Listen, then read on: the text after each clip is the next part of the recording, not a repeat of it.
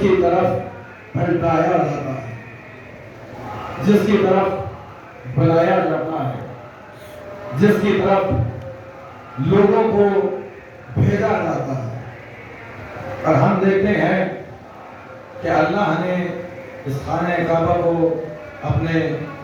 گھر کو جس زمین پر قائم کیا، بنایا، اور جن افراد کے ذریعے سے بنایا،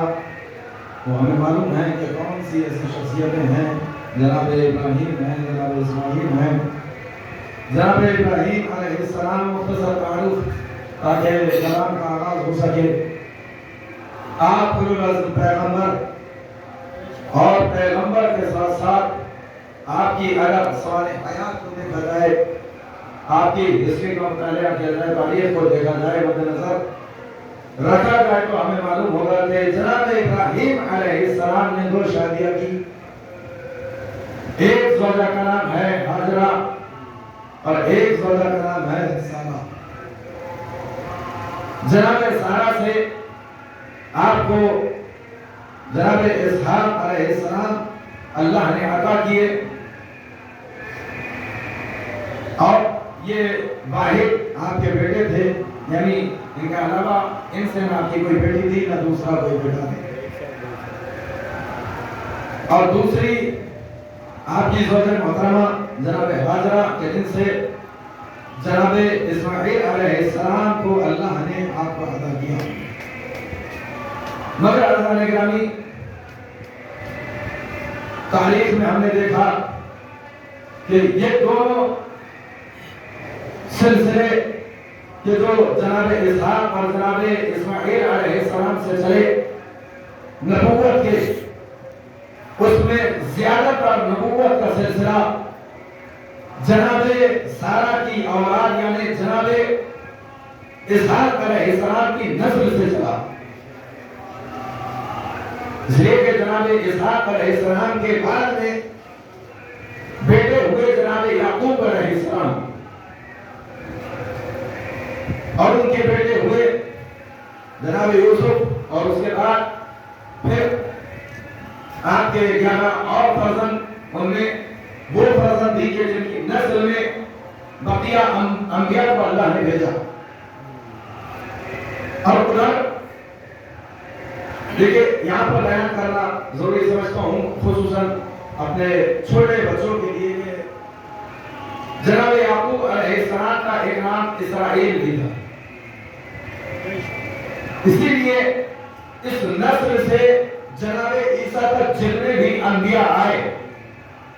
ان کو انبیاء بنی اسرائیل کہا گیا، یعنی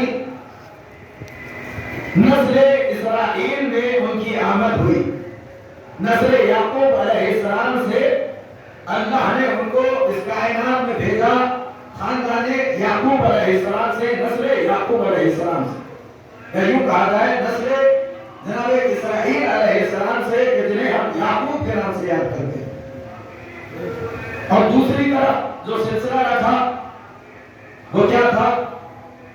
کہ جناب اسماعیل علیہ السلام، کہ جن کی نسل میں بظاہر آخری نبی تک کوئی نبی نہیں آیا، واحد آخری شخصیت ہے جناب رسول کریم، کہ جنہیں اللہ نے جناب اسماعیل علیہ السلام کی اولاد سے اس کائنات میں بھیجا۔ اسی وجہ سے خدا نے عالم نے ارشاد فرمایا کہ والذی بعث فی الأمیین رسولا منہم یتلو علیہم آیاتہ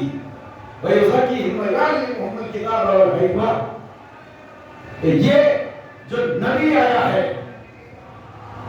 یہ کون ہے، کن میں آیا ہے؟ یہ تزکیہ نفس کرنے والا ہے، یہ آیات کی تلاوت کرنے والا، اور کن کے درمیان آیا؟ امیین کے درمیان آیا۔ اب یہاں پر لوگوں نے اختلاف کیا کہ امی سے مراد کون ہے۔ دیکھیے، اس سے قبل کی تاریخ بیان کر دوں۔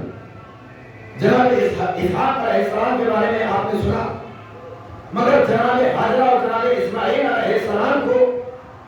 جناب ابراہیم علیہ السلام مکے کے میدان میں چھوڑ کر چلے گئے، مکے کے بیابان میں یہ لوگ چھوڑ کر گئے، اور ہم نے دیکھا تاریخ میں ملاحظہ کیا کہ پھر جناب ہاجرہ اور جناب اسماعیل علیہ السلام اس مقام پر رہے، وہیں آپ کی نسل آگے بڑھی، اور آہستہ آہستہ لوگ وہاں پر جمع ہوتے رہے، قریے بنتے رہے، مقامات بنتے رہے، اور چھوٹے چھوٹے مقامات، چھوٹے چھوٹے قریے اطراف مکہ میں بھی قرار پا گئے، وقوع پذیر ہو گئے۔ اسی بنا پہ مکے کو قرآن نے بہت سے ناموں سے یاد کیا۔ مثلا قرآن میں جہاں مکے کو مکے کے نام سے یاد کیا گیا، وہیں مکے کو بکہ بھی کہا گیا، مکے کو ام القری بھی کہا گیا، ام الرحم بھی کہا گیا۔ اب دیکھیے ادھر امیین کا تذکرہ اللہ نے قرآن کی آیت میں کیا کہ ہم نے اپنے اس نبی کو بھیجا امیین کے درمیان، تو لوگوں نے اپنی فہم کے مطابق اس سے مطلب یہ نکالا کہ گویا کہ اللہ نے جناب رسول